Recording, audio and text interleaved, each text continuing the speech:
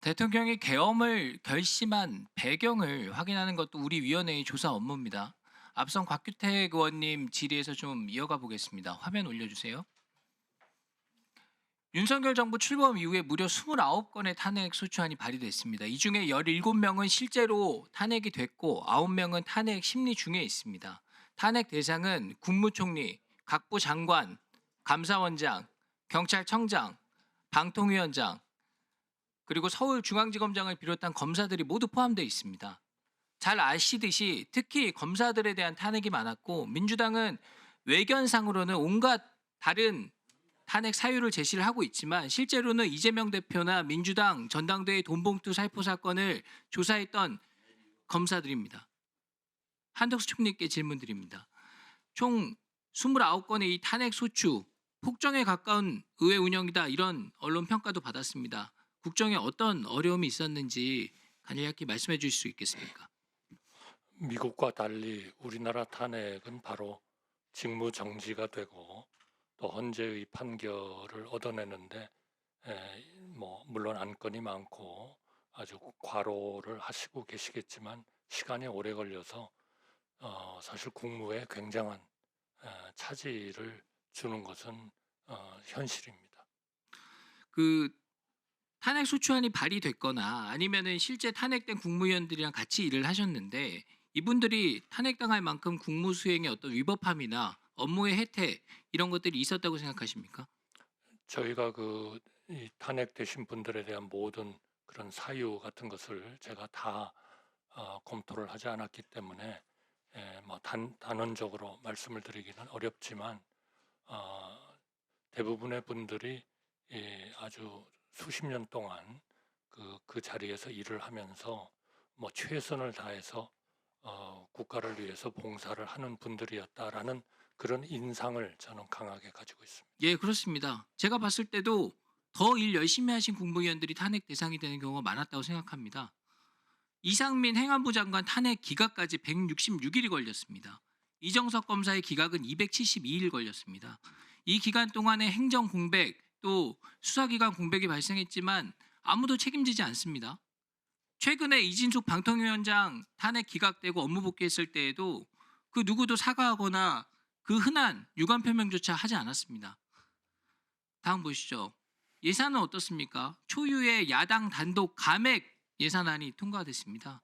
당대표 관심 있는 주요 예산 사업 증액하지 않으면 감액한 예산안만 통과시키겠다 이렇게 엄포를 놨는데 실제로 그런 일이 벌어졌습니다.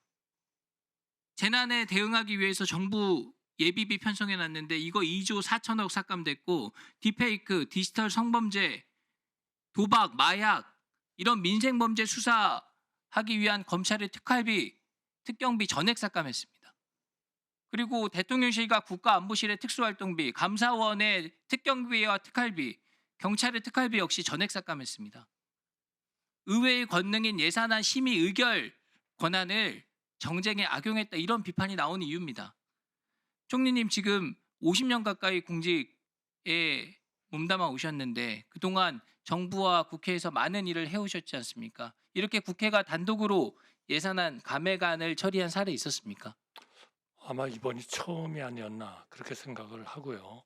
또 우리의 그 법에는 선진화법이라 그래서 이러한 문제들을 최대한 협상을 가지고 할 수 있도록 하는 그런 그 제도도 있습니다. 그리고 우선 예산 사정이 항상 저희가 크게 신경을 쓰는 것 중에 하나가 재정의 건전성이기 때문에 어느 것 하나도 충분히 흥청망청 쓰는 그러한 예산의 분야라는 것은 저는 거의 없고 우리 기재부가 그런 거를 허용을 하지도 않는다. 행정부의 심사 과정에서.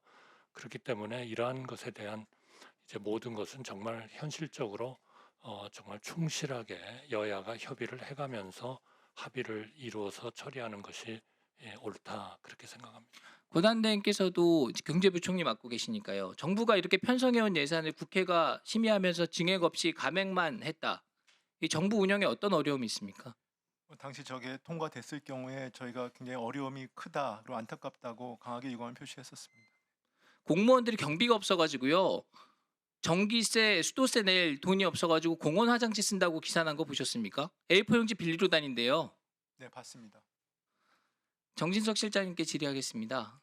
누군가는 계엄이 불가피할 정도로 국정이 어려웠다. 또 다른 이는 그래도 계엄은 과도한 수단을 동원한 것이니까 문제다. 이렇게 얘기를 하고 있죠.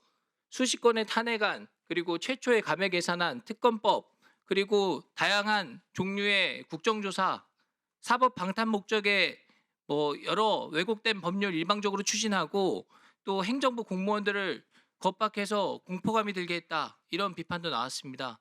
대통령 옆에서 보필하시면서 그런 부분들을 같이 느낀 소회가 있을 텐데 한번 말씀해 주시죠.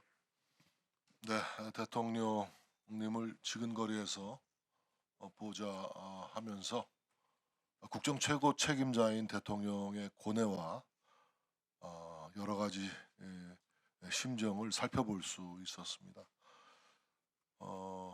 우리 국회의 입법권이 과도하게 행사되면서 탄핵이 남발되는 상황. 그래서 국정에 커다란 차질이 야기되는 상황. 앞에서 한덕수 총리께서도 말씀을 주셨습니다마는 국정을 담당하는 입장에서는 매우 정말 염려되고 걱정스러운 일이 아닐 수가 없습니다.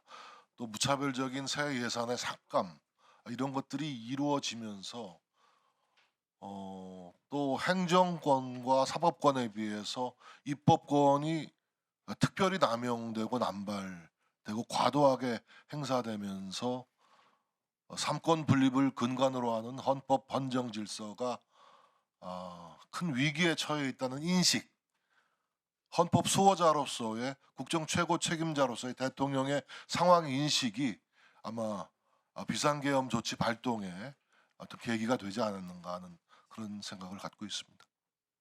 네.